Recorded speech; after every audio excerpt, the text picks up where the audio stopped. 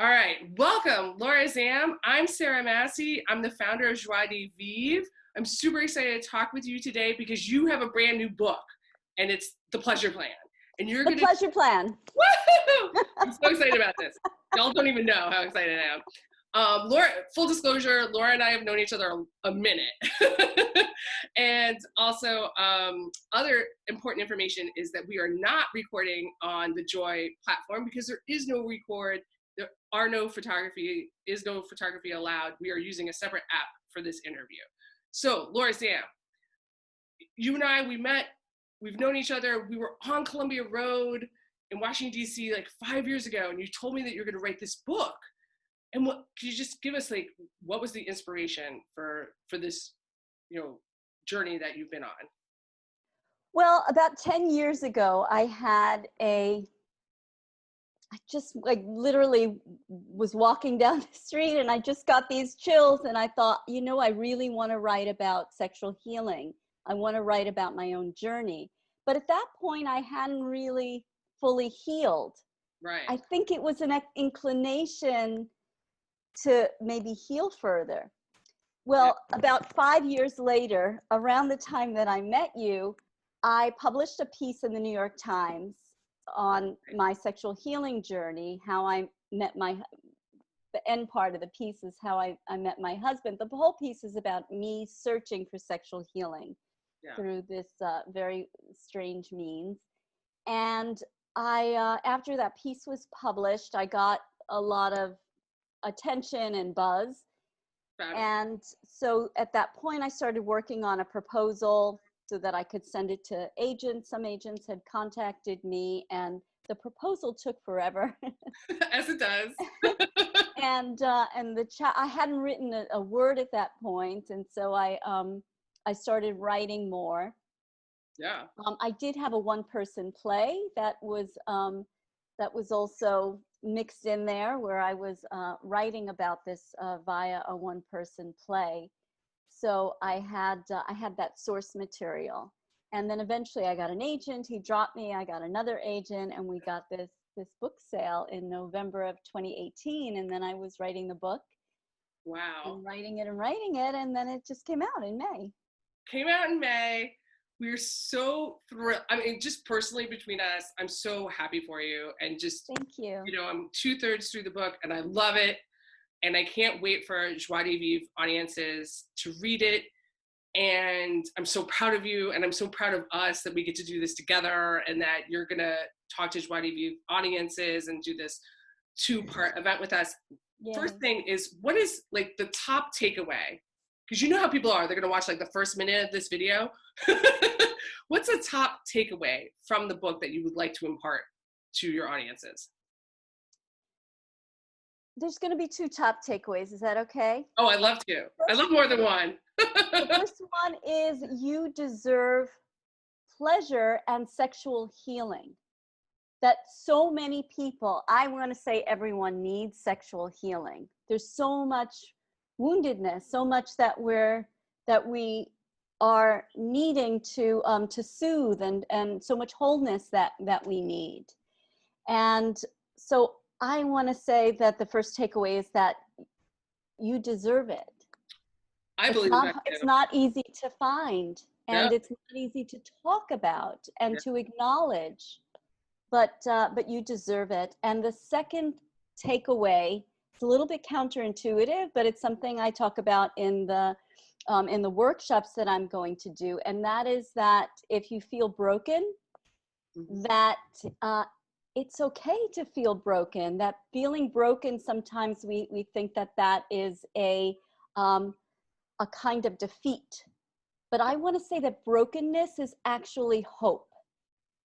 Brokenness is hope, and the reason it's hope is that if you can look at it, frame it in a way where you don't feel like, oh, this is a label, like I'm defective, but rather dig into it, even love the brokenness in a weird way. See what's going on diagnostically. Where do I feel broken? How do I feel broken? Then you can really get at what needs to be healed. Totally. And it points in the direction of where the healing is actually needed, and then you can address it. And it actually is, it's allowing you to find the means and to find the process, and it's giving you hope. It can give you hope. It can. That's also very much tied to Buddhist concept of sitting with Yeah, discomfort. that's right. That's super fabulous. I really appreciate you. Hope and sexual healing. Woo! Joie de vivre is all about that. Yes, yeah, and I'm all about it. So Joie de vivre's audiences, as you well know, are LGBTQ centered, queer centered, non-binary, trans, and so the story that you tell in the book it's pretty hetero and cisgendered. And I would love for you to explain, or talk about how you think that this book can be applied to our audiences as well. Sure. So the story, there is story in the book, and then at the end of each chapter there are exercises or small activities and journal prompts. And the story part of the book is my story, and so I'm a heterosexual cis white woman, and I wanted to tell my story in as honest a fashion as possible. And so I did it. I talked about my life. Right. And then in the exercises, I tried to make those very open in terms of, whom they'd be applicable for. So, but I think that the issues that I faced as in terms of my own sexual healing journey are not issues that are confined to the heterosexual community or a cis community. A big issue that I faced and still, of course, face because it's part of my history is sexual violence. Yeah. And rates of harassment, sexual assault, and all kinds of assault are so high, so much higher in the LGBTQ plus communities. Yeah. And I, for the short video, I don't want to dwell too much, but we know these statistics are astronomical. So sexual healing, like I said, you deserve sexual healing, and there just may be for all people these issues. But there's also a lot of functional issues and other kinds of sexual issues that I faced, including pelvic pain, including vaginismus, vestibulitis, different kinds of pelvic pain.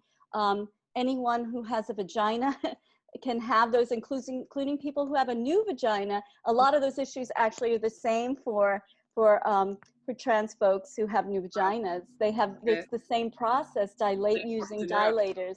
Yeah. And I'd love to, for people to come together, menopausal Right. people with vaginas, and my friends with new vaginas come together and exchange tips. Love it. Well, we love coming together, but that's a different class. We have that class too, but sorry,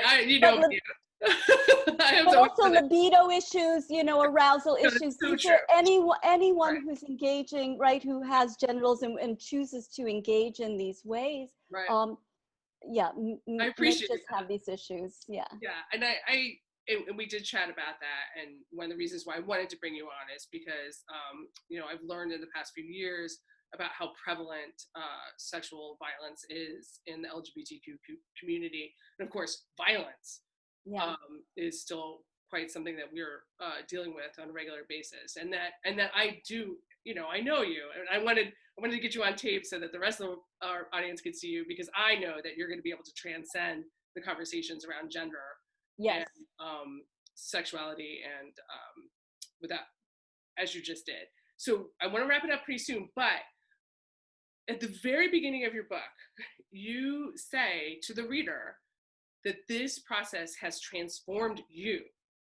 And could you tell us about that, and then we'll wrap it up? Like, how did this transform you? Where are you at? Well, it transformed me in really surprising ways. I think the two aspects of the transformation. One is it made me step over a shame line to talk about things that I had been deeply, deeply ashamed of. And I didn't realize how detrimental that was until I gave that up and just started to talk freely about issues like this. I felt brazen. I even felt fearless after that, because I felt like I don't have to hide people. I don't have to hide who I am. I don't have to hide parts of me that feel like they're not up to par or broken or any of that. I'm just like, it's right here. So that just completely transformed my life. And working for great sex, I'm sure you can identify with this. It's so empowering. Yeah. It's so empowering. It's saying to yourself, to your partners, to the world, I deserve great feelings. I deserve ecstatic feelings, the best that life has to offer. Wow. That's for me. Wow. That's for me. Wow.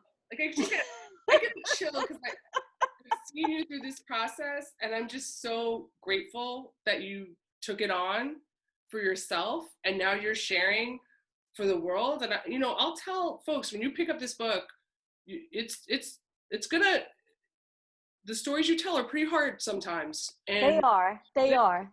But and, we all have, it's not just me that has those stories. And I felt for decades and decades that I was left out of these conversations, that people had conversations around great sex, but they were people who didn't seem to have the baggage that I had. right. And so I felt like, well, how about conversations for us? How about conversations about somebody who's experienced assault, having really phenomenal sex? And how does that happen? Yeah. And, and I just felt we were so siloed, those of us who had, like pelvic pain or whatever it was, and I just thought, okay, well, I'm going to be the person who bridges that, who's like, Thank you. Well, thank you for being that person. I'm going to wrap it up. Thank you for bridging that. I love the conversation about shame. I think that especially resonates for LGBTQ folks. We have to come out of the closet over and over and over again. I just came out of the closet to a friend like 2 days ago. So I think that that's really resonant with us, and I can't wait. So I'm going to put the tickets and the links under this YouTube video. We're going to blast it out to everyone. I hope everyone comes and shares this adventure and journey with you, with us at YDV. Can't wait to see you. Thanks, Laura Zam. Talk soon. Talk soon.